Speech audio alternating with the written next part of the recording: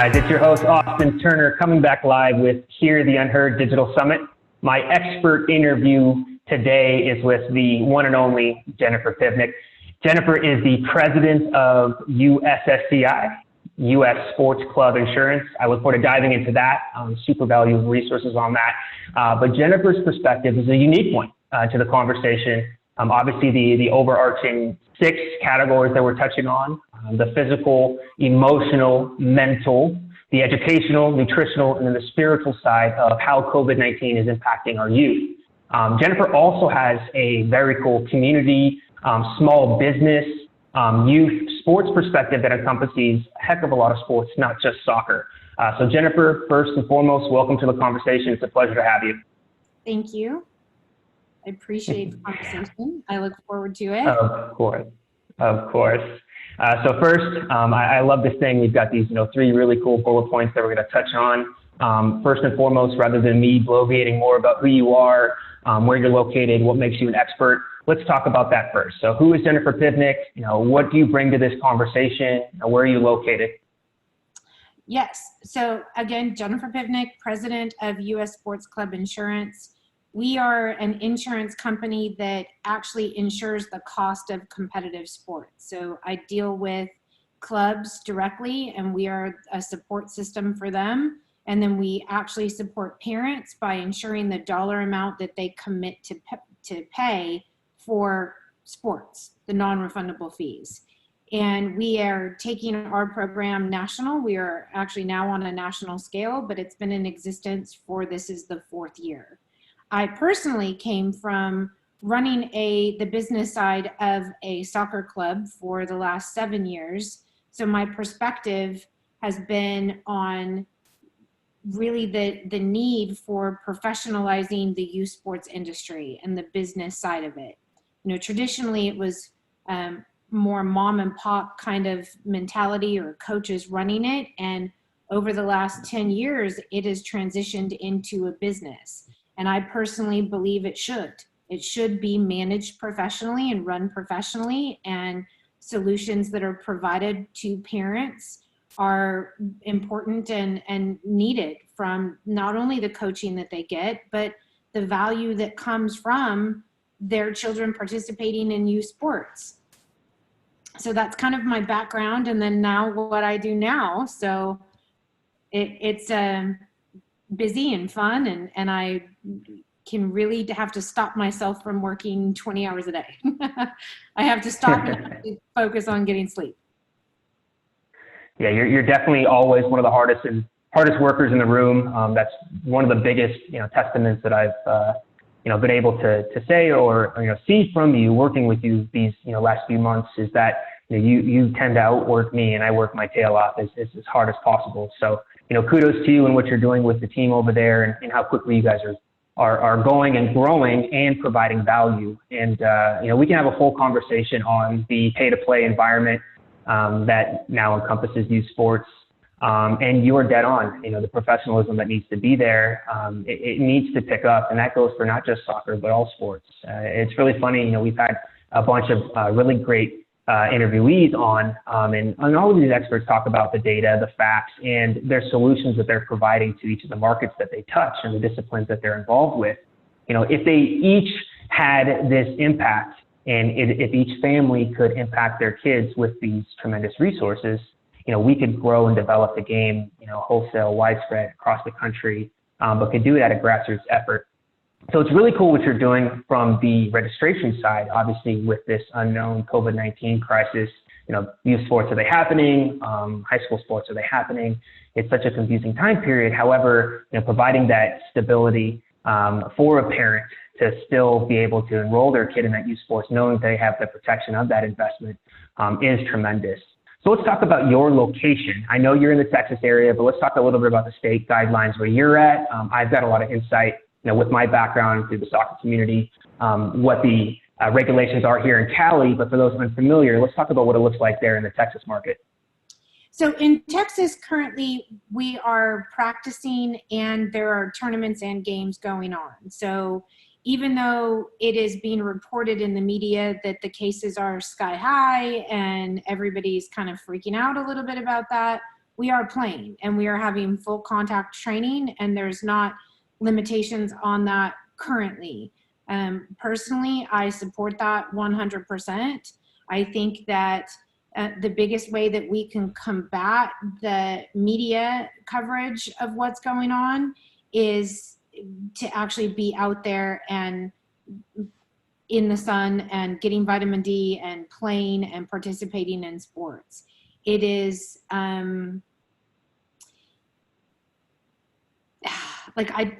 the cases are going up, the positive cases are going up. However, the survival rate is also going up and increasing tremendously. So we here are playing, it's hot, it's 100+ degrees.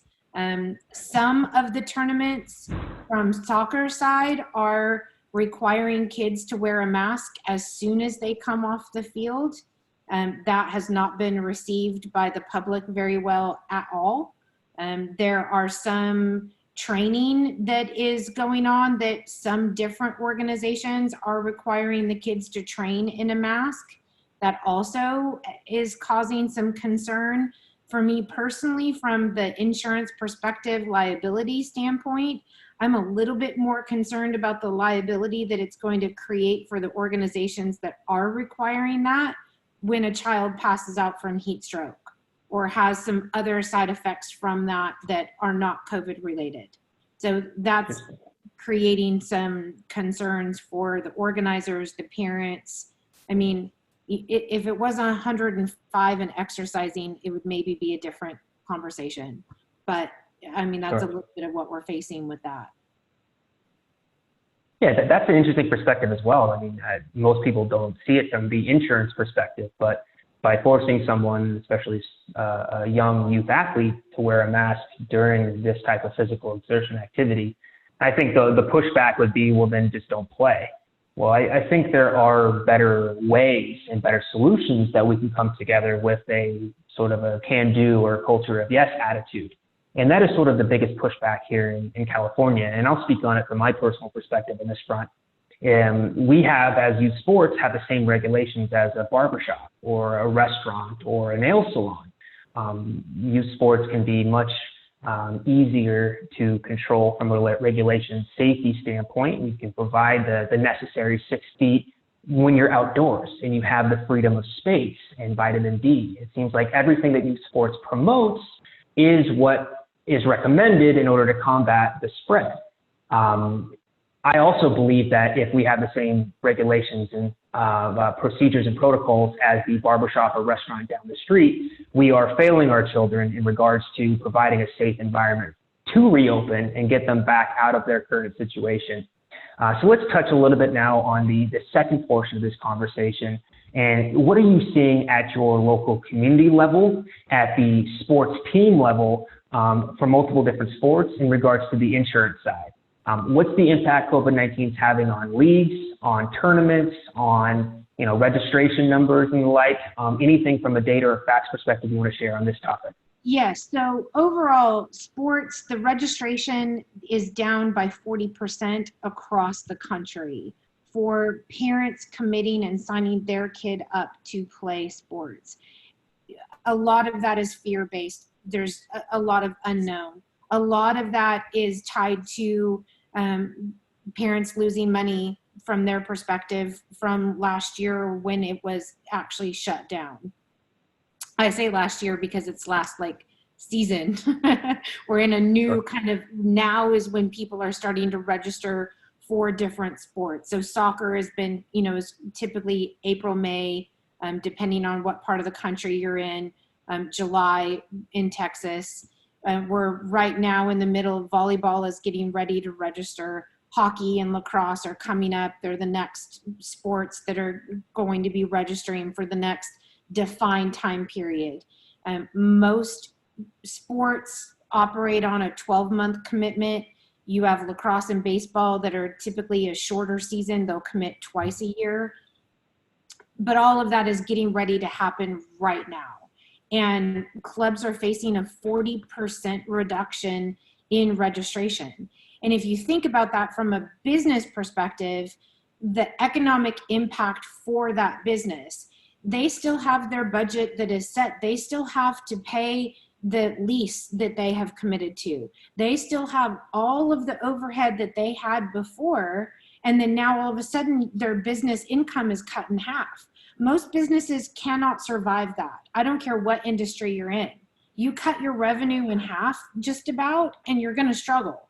And youth sports already operate at a no margin for the most part scenario. That is why sports fee insurance was actually introduced and created, because youth sports industry is typically a no refund process. And it's that way because clubs don't build in the cushion required to offer refunds. So they already operated at a very low margin. So then now you cut that income almost in half, and many of them are going out of business or facing not being able to stay in business. And it's actually a big tragedy that I don't think that we're prepared for the consequences of that. Because the consequences are going to be that millions of kids do not have a place to even play if they wanted to. There's just not going to be anywhere. And, you know, if you think about what's going to happen, the big dogs that do have the financial resources to stay afloat right now are going to absorb all of the small clubs and people that go out of business, and they're going to be, it's going to create an unequal opportunity to play, because they can then dictate the price of whatever they want, right? Like if you cut out all the small guys, then there's no competition. There's no way to change what the price structure is. And competition is what drives price down. So you remove that, all the guys that were really in this for kind of the right reasons are gone, and you've only got one or two options. They can set the price to anything they want. So it's important to support the small clubs, the small independent people that are doing this. And it's going to go away unless we look at it and really provide some resources for them, which is part of the Play Coalition that we support. Yeah, that's really interesting, that vacuum that you talk about. And, you know, having the ability to weather the storm, you know, you see this in all verticals when it comes to business, not just the sports industry. Those that can weather the storm right now, you know, they're going to be set up for success moving forward, but to what expense, right? The kids who now can't afford to play, those that can't afford to train or don't have those same resources, what are they to do? And that segues perfectly, like you just mentioned, with the Play Sports Coalition and a couple other things that we're going to kind of, you know, segue onto here next. But let's talk about that, the Play Sports Coalition. Incredible movement that you're starting. I don't want to take its thunder, but talk a little bit about that. Yeah, so I am supporting it. USSCI supports the coalition, and the organization is really working to move Congress to pass a bill that supports not only the youth sports organizations through like a PPE loan or another way to kind of help solve some of the business side of it, but it also is introducing a bill that is for Working Families Relief Fund that will create tax incentives and write-offs for parents to help pay for youth sports. So it really, like, it attacks the problem from two sides. One, on the business side, which is the youth sports and providing opportunities for funding. And, you know, part of that would look like, if you qualify for the funding and getting that loan forgiven, would be really supporting the organizations that serve underserved communities and being able to solve more of the problem within the youth sports, not just throwing money at it, right? Like, so if you can support the organizations that are giving back in ways that they need to give back, and then two, supporting the parents that really believe in youth sports, but it's hard to pay for it sometimes. So if you can have a tax write-off for it, great. We're really attacking the problem from a multifaceted approach, and I'm really excited about it. But, you know, as with change, it's important that people take action. It's important that people really support, look it up, support it, contact your local representative and just say, hey, youth sports matter. I want to make sure that you're behind this and it gets passed. And that's the only way that change is going to happen, is when people come together and use their voice to create that change. And on the Play Coalition website, it's easy. You type in your address, it pulls up the contact information for your representative, and one phone call equals 1,000 emails. You simply call them up and just say, hey, I want to let you know that as a parent, as an organization, we support youth sports. Please be behind this and support it for our region. And getting that passed the time is now, and it's important. So I encourage everyone to just jump on board with that and make a collective effort to make sure that all of our voices are heard and that change happens. Yeah, absolutely. It's going to take a collective effort for sure on this one. I know all of our viewers are listening to this or viewing this for a reason, and it is because they want to see the safely reopening of youth sports. So I highly, highly, highly, highly encourage you to check that out, playsportscoalition.org. I will for sure link it in the show notes. In that act, just to dive a little bit further into that, that's the COVID-19 Youth Sports and Working Families Act, right? So it's not just these sports, it's all of the other auxiliary businesses that are touching youth sports as well. If there is no youth sports, then there is no trophy manufacturers or jersey manufacturers or all of the small businesses who serve from a nutrition and everything that touches the youth sports market. If there is no youth sports, it seriously impacts their line of business. And that's who we're fighting for. If we're fighting for the kids, they don't have a voice. The small businesses have a voice and have an opportunity. So give the voice to the kids, let them speak up and say, hey, we want this, we need this, we need to figure out ways to get back out there. And then us as a community, whether it be a sports community or you in your individual local community, doing your part, stepping up to the plate, and then fighting for, what we are fighting for, which is getting the safely reopening. You see it here in Texas, they're safely reopened, and out there, it's kind of setting the example or leading from the front. If we have a can-do attitude, I think here in California and the other states that are shut down or in this, state mandated situation where we can't return to play, we can, adopt the same type of guidelines or principles. So let's talk a little bit now about what happens if, there is no soccer in the fall. Quarantine does pick back up again because of the COVID-19 state guidelines. What are you working on, or what do you have in place on your end that is helping, during this difficult time, and what's to come in the event if there are no, structured resources with youth sports? Yeah, so one thing that we are working on right now is a PTA club after school program of really solving several problems. One, a problem for the clubs, parents, schools. What this program would look like is being able to partner a club, regardless of the sport, directly with a PTA and a school, and take their program into the school in an after-school environment. So many problems that it solves. It solves, one, working parents that really utilize after-school programs and they want their kids to play sports, but they can't because they can't get them to all of the different places. If it's right there at your school, then it really helps let parents try different sports in a low-cost, low-commitment environment, because you're not, going and buying all of the kit and signing a 6-month contract, or you're not doing all of that. You're trying, maybe you want to try soccer and then you want to try volleyball, but you get to do it in a school setting. Solves that problem. It solves a problem for the clubs, because one of the biggest barriers for any organization, but specifically club sports, is how do you get directly into the kids? If you can get into a school setting, you are not only marketing your program, but you're showing that your expert coaches that are licensed, that are background checked, that have education, that have skills that they can teach. You're getting directly to these kids, and you can identify talent that way. You can create local-based teams that compete locally. And when you have local-based teams, that drives the cost of club sports down for the parents and for the club. So it really solves so many problems. It also solves a problem for the school because we're looking at creating this as like a rev share model.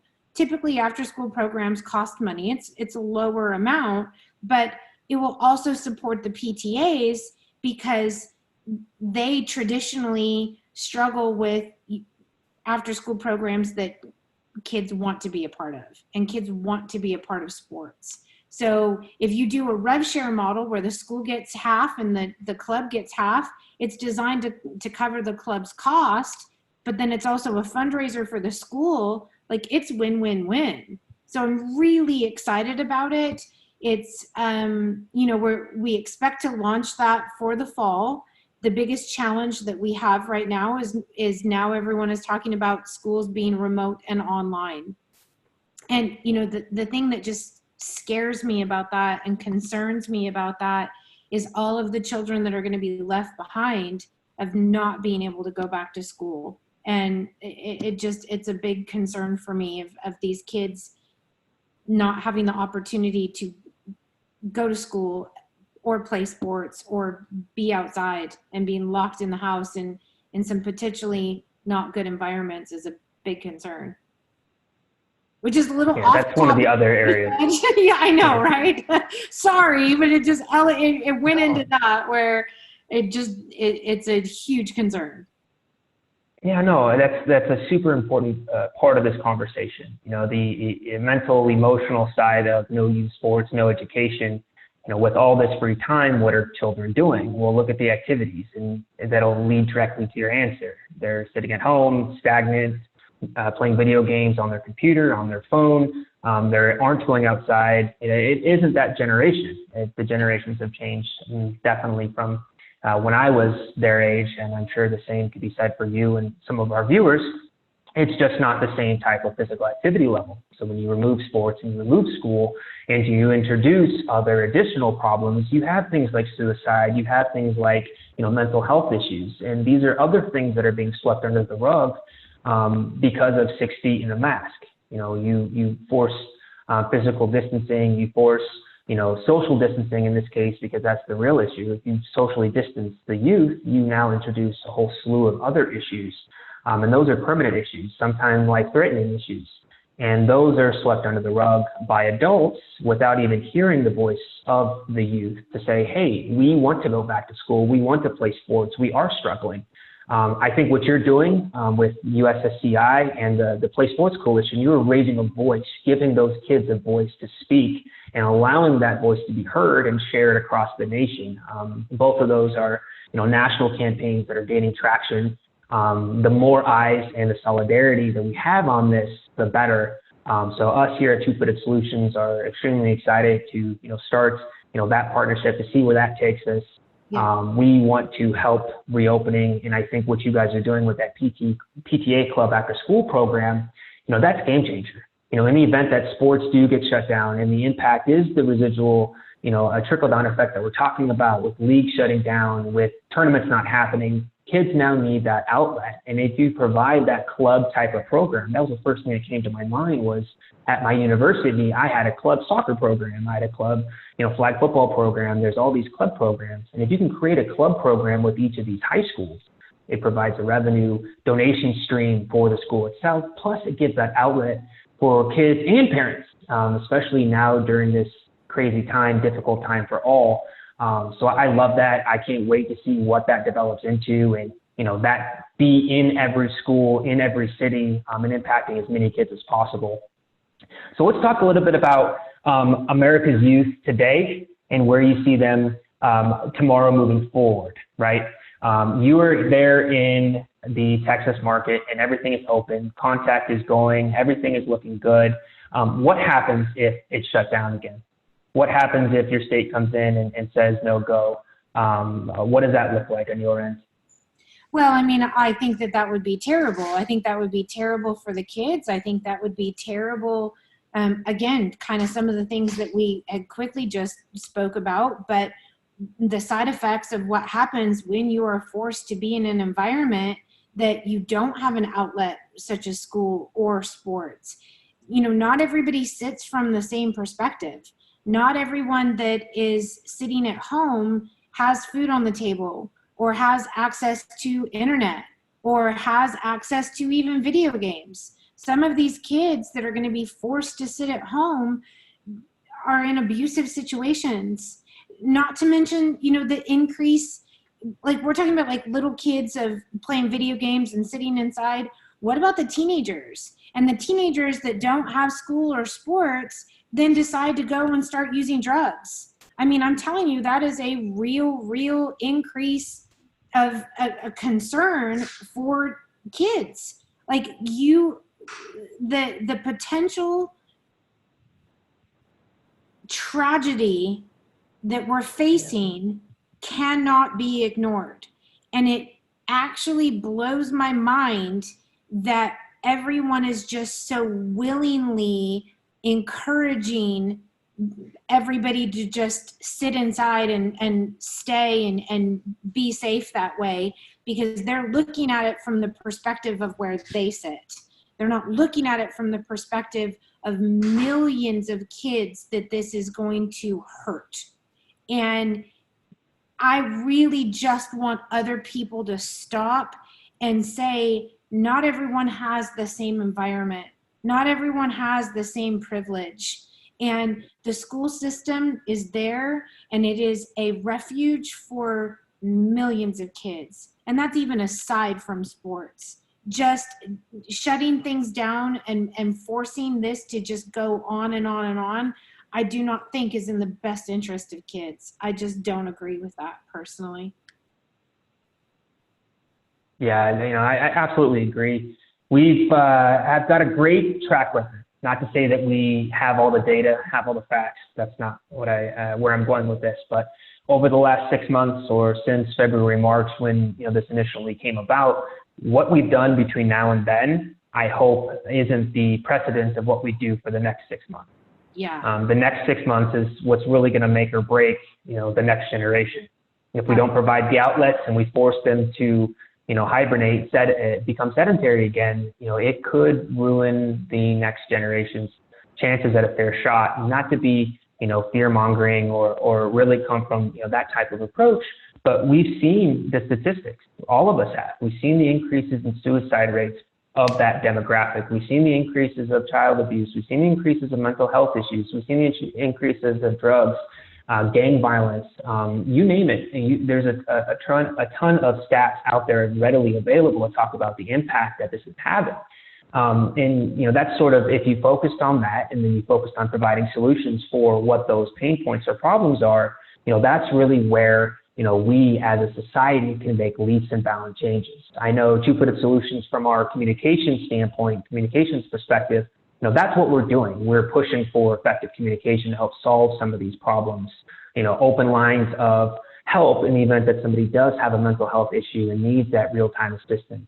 I know what you're doing on the USSCI side with the registration insurance and protecting that investments for parents. In the event of these uncertain, difficult situations, the Play Sports Coalition, is incredible. Obviously, we're going to share more about this and drive more to the show notes. And then that PTA Club after-school program, I'm super excited for that. Final thoughts. Do you have anything else you want to share with this? I'll let you take the floor before we sign off. I appreciate you bringing some voice and some light to all of these really important topics that, again, not everybody sits in the same perspective, and that giving a voice to the kids matters. And sports matter. They do. The life lessons that they teach go beyond even what we can measure.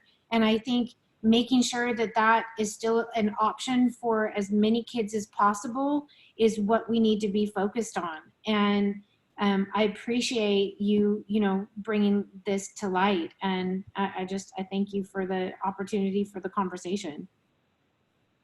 Absolutely. It's a pleasure having you, and it's a pleasure having this very candid conversation. Continue leading from the front. We need more people like you, and I appreciate the joining in solidarity on this issue, and I look forward to sharing more. Definitely. Appreciate you, Jennifer. Thank you. Thank you. All right. Thank you guys very much for joining us today. My name is Austin Turner. This is the Hear the Unheard Digital Summit presented by Two Footed Solutions.